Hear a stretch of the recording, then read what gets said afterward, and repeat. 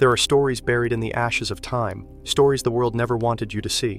When we think of World War II, we imagine victory parades, flags waving, soldiers coming home. But behind the headlines and history books lies another truth. One captured not in words, but in photographs too raw, too human, too haunting to fit inside official history. Each image you're about to witness holds a heartbeat from the past.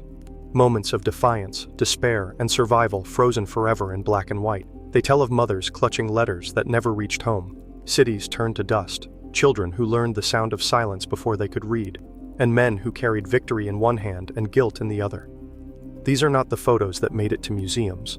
They were hidden, censored, or forgotten, too real for propaganda, too painful for celebration. But time has a way of uncovering what truth tried to bury. So tonight, step back with me into the war that reshaped humanity, not through dates and speeches, but through the faces that lived it, through the eyes that saw the impossible, and through the memories that refused to fade, because sometimes the past doesn't whisper, it stares right back at you. When German planes darkened the sky above Warsaw, the people below didn't yet realize they were witnessing the dawn of total war. Entire neighborhoods were reduced to dust in hours. Amid the rubble, shopkeepers clutched ledgers instead of rifles, and children carried buckets of water for firefighters who had nothing left to save. Poland's capital became a city of whispers, where silence meant survival. What made this moment haunting was not just destruction, but defiance. Even as the city burned, underground newspapers were printed by candlelight and coded messages traveled through sewers. These were not soldiers, but ordinary citizens fighting to preserve truth itself. In their eyes, the war had already ended. Not in victory, but in the unbreakable will to remain human. During the London Blitz, entire families lived beneath the city. In the tunnels of the underground, where trains once ran and now air raid sirens echoed, mothers knitted beside rails while fathers carved makeshift shelves into tunnel walls. Children learned to sleep through explosions that shook the ceiling dust loose like snow. One soldier later wrote, "London didn't sleep. It held its breath." These shelters became small cities under the earth. Laughter, songs, and even birthday parties continued beneath the war above. What made these nights unforgettable was the unity. Strangers became families, courage replaced comfort, and London refused to bow. In that darkness, hope found its strongest light. In Stalingrad, books burned alongside bodies. The Great Library, once a proud symbol of Soviet education, became both fortress and grave. Soldiers tore pages from Tolstoy and Dostoevsky to roll cigarettes. Words turned to ash before they could be read. Even amid this ruin, one librarian, Maria Ivanova, refused to abandon her post. She hid manuscripts beneath sandbags and marked their locations with blood-stained thread. Months later, when the city was liberated, those pages were found, smoke-stained, torn, but alive. They were proof that knowledge, even surrounded by death, could outlast destruction.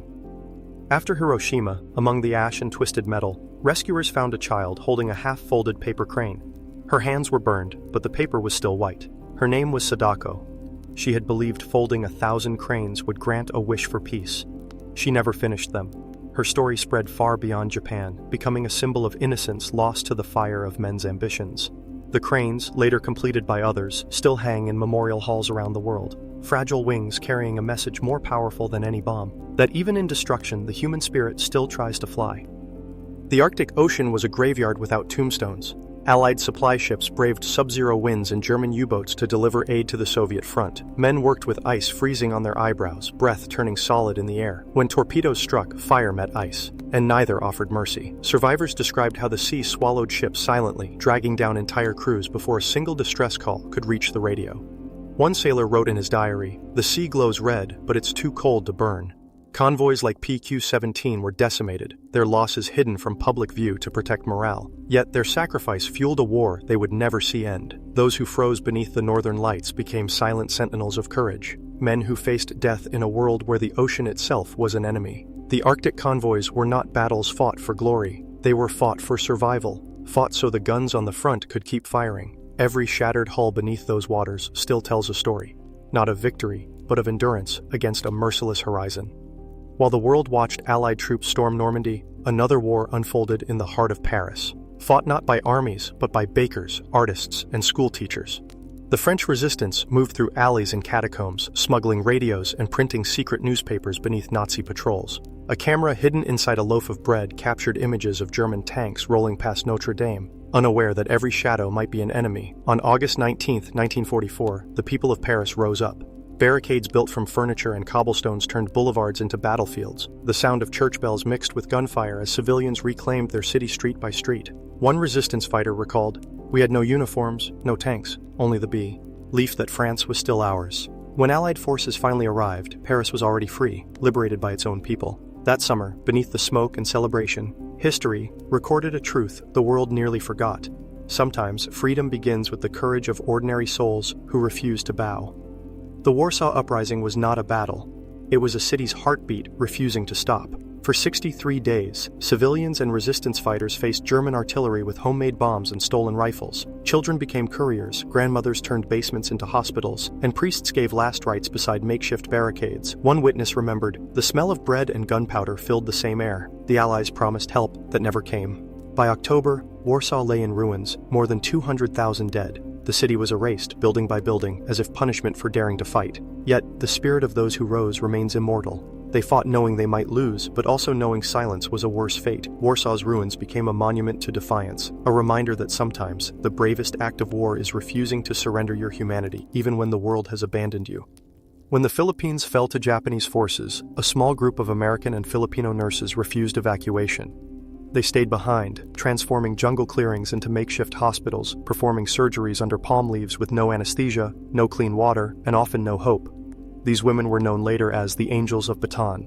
Their uniforms faded, their hands blistered, but their resolve never broke. For 3 years they worked behind enemy lines, saving lives while surviving on rice and rainwater. One nurse, Lieutenant Florence MacDonald, wrote in her journal, "We stopped counting the days. We counted the heartbeats we could still save." When liberation finally came, they emerged gaunt and trembling, yet unbroken. The only group of U.S. Army nurses ever captured and held as prisoners of war.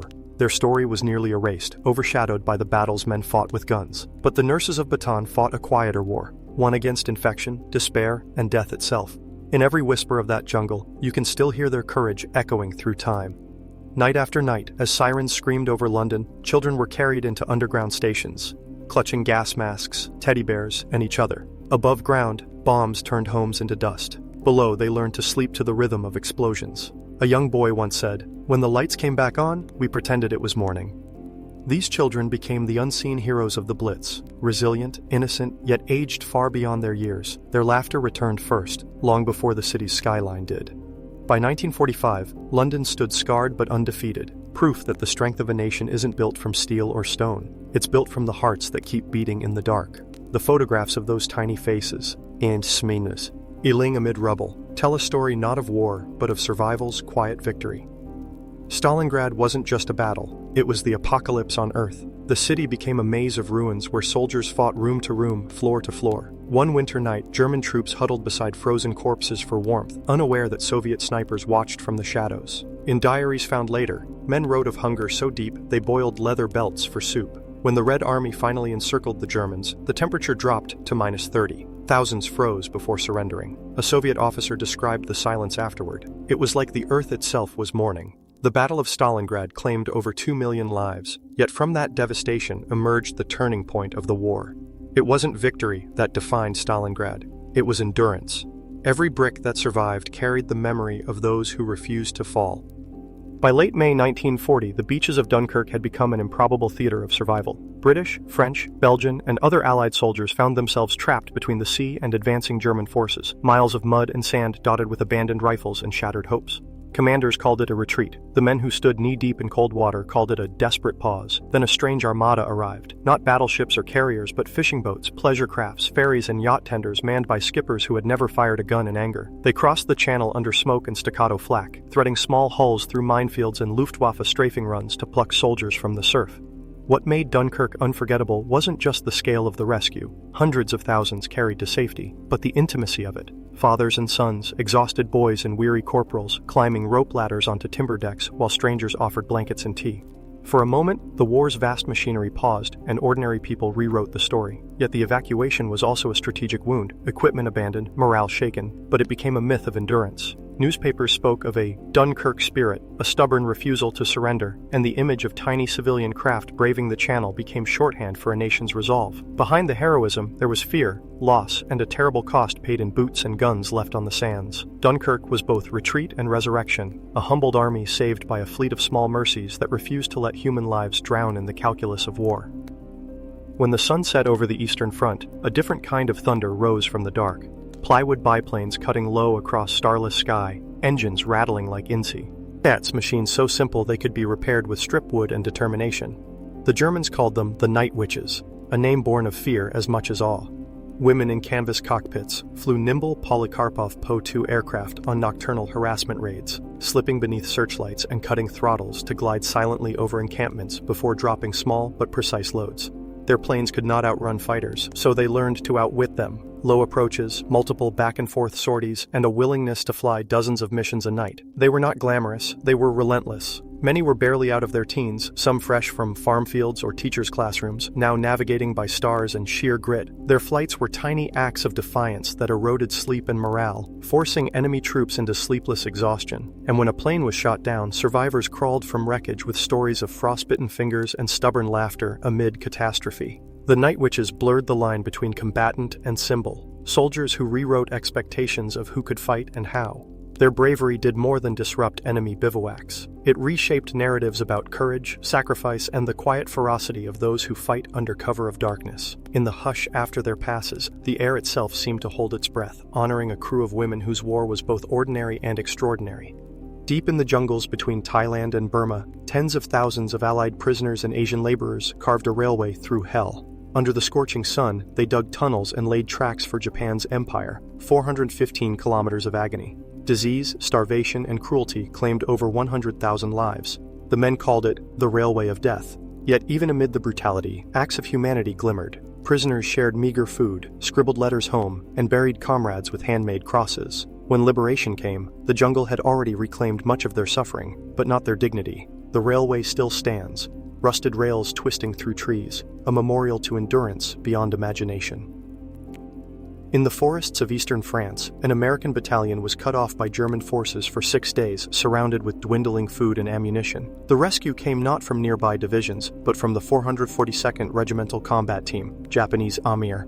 ICAN soldiers fighting for a country that imprisoned their families back home. They charged through relentless fire, losing hundreds to save men who had doubted their loyalty. It became one of the most heroic rescues in U.S. military history. For the 442nd, victory wasn't just military, it was moral. Their courage spoke louder than prejudice, proving that patriotism is measured not by skin, but by sacrifice.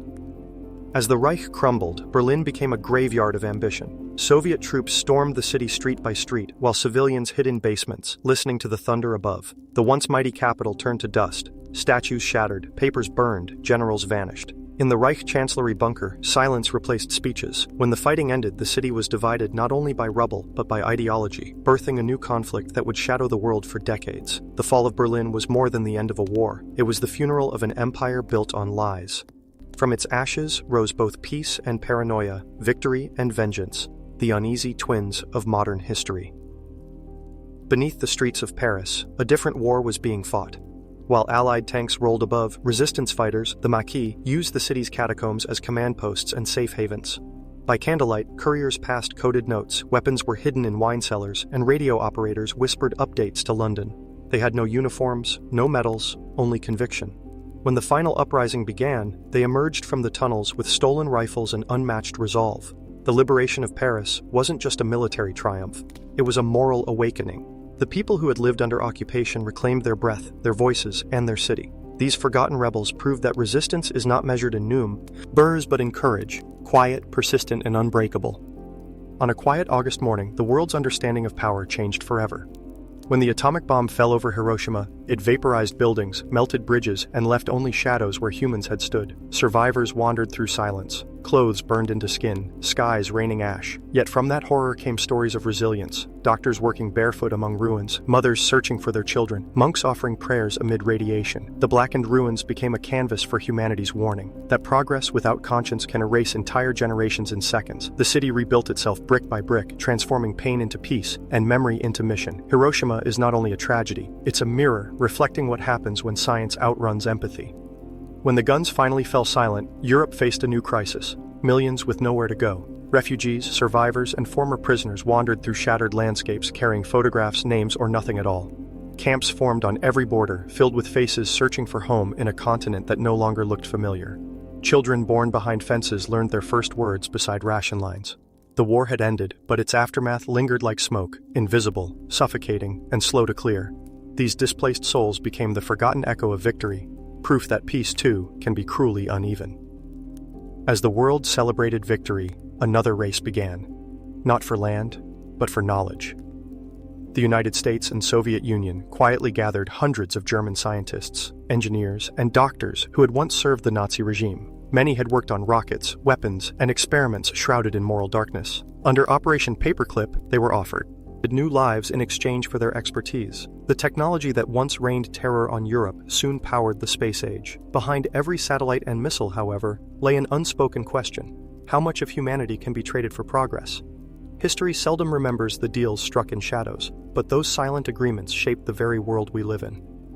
As Nazi Germany collapsed, whispers spread through Silesia of a ghost train loaded with gold, jewels, and stolen art. Locals swore it vanished into a mountain tunnel as Allied forces advanced. For decades, treasure hunters scoured the Polish countryside searching for the Nazi gold train. Some found collapsed tunnels and rusted rails, others found nothing but legends. Yet documents recovered after the war revealed real shipments of wealth moved under secret orders from Berlin. Was the train buried, destroyed, or seized in silence? Nobody knows for certain. What remains is a haunting truth. The spoils of war often disappeared, not into vaults, but into myths. And those myths still glitter beneath the earth, waiting for discovery. In 1946, Europe's cities became playgrounds of ghosts. Children wandered through bombed-out neighborhoods, barefoot, scavenging for coal, bread, or a lost toy buried in ash. They grew up without schools, fathers, or even names, known simply as rubble kids. In Berlin, photographers captured their faces, eyes too old for their age, hands clutching tin cups or pieces of chalk. Many were adopted by strangers, others vanished into the post-war shuffle. Yet their survival became a quiet miracle, proof that innocence can sprout even in ruins. These children carried no flags, fought no battles, yet bore the heaviest scars of all, a childhood stolen by history's madness. Before Hiroshima, fire already devoured a city. In March 1945, American bombers rained incendiaries over Tokyo, a storm of fire hotter than steel furnaces. Wooden homes turned to infernos, rivers boiled, tens of thousands perished overnight. Few outside Japan understood the scale of the destruction, for censorship buried the images. Survivors remembered only the red sky and the smell of smoke that clung for weeks. When the war ended, Tokyo rebuilt itself from cinders, becoming a symbol of rebirth through resilience. Yet every neon sign and skyscraper today stands atop memories of that burning night, a reminder that progress often rises from ashes too sacred to forget. In February 1945, the city of Dresden was a masterpiece. Baroque architecture, river bridges, a city of culture untouched by the war's full wrath. But over 2 nights, it vanished in fire. Allied bombers turned the city into a furnace. Temperatures soared high enough to melt glass and fuse bodies into the cobblestones. Survivors staggered through a sea of fire, clutching photographs and burnt violins. The German propaganda machine called it a war crime. The Allies called it strategy. For those who lived through it, it was simply hell on earth. In the years that followed, Dresden's ruins became a silent museum of morality, forcing the world to question if victory ever justifies vengeance. In Nazi Germany, speaking truth was a death sentence. Yet a group of students from the University of Munich dared to challenge Hitler with leaflets, poems, and hope. They called themselves the White Rose. Hans and Sophie Scholl, brother and sister, printed thousands of pamphlets demanding Germans resist the regime's lies. Their final act was scattering papers from the university balcony before being caught, tried, and executed. The Gestapo thought they silenced them forever, but their words outlived bullets. Decades later, those leaflets resurfaced as testaments of moral courage. When truth becomes forbidden, even a whisper can shake an empire. When American troops entered Buchenwald concentration camp in April 1945, they found horrors beyond imagination. Skeletal survivors staring through barbed wire, piles of corpses stacked like firewood. The soldiers had fought through battles, but nothing prepared them for this. Some wept openly, others took photos, vowing to make the world believe. General Eisenhower himself ordered documentation so that no one could deny what we saw. These photographs later became evidence at Nuremberg. But also emotional proof of what happens when hatred becomes policy. Every image from Buchenwald is a wound carved into the conscience of humanity. Across bombed-out cities, millions of children wandered through ruins clutching tin toys, searching for parents who would never return. In Germany, they were called Wolfskinder, wolf children. In Poland, orphans filled makeshift camps, eyes aged far beyond their years. War stole their homes, their names, even their laughter. Some survived by scavenging food from battlefields, trading innocence for survival. These forgotten souls rarely appeared in history books, yet their hollow stares tell the truest story of war. It's never the soldiers who lose the most, it's the children left behind. They grew into adults haunted by sirens, shadows, and memories that never learned peace. Smoke still rose from the Reichstag as Soviet soldiers climbed the shattered building to raise their red flag. That moment marked the symbolic death of Nazi Germany. The image became an icon of triumph, yet few knew the truth behind it. The photo was staged. Days later, the flag replaced, the smoke enhanced. But authenticity didn't matter. It represented the victory the world longed to see. Beneath the ruins, Berlin was a city of ghosts, its people broken, its streets filled with rubble and retribution. The flag stood not only for victory, but for the beginning of a new struggle, the Cold War, born from the ashes of the old.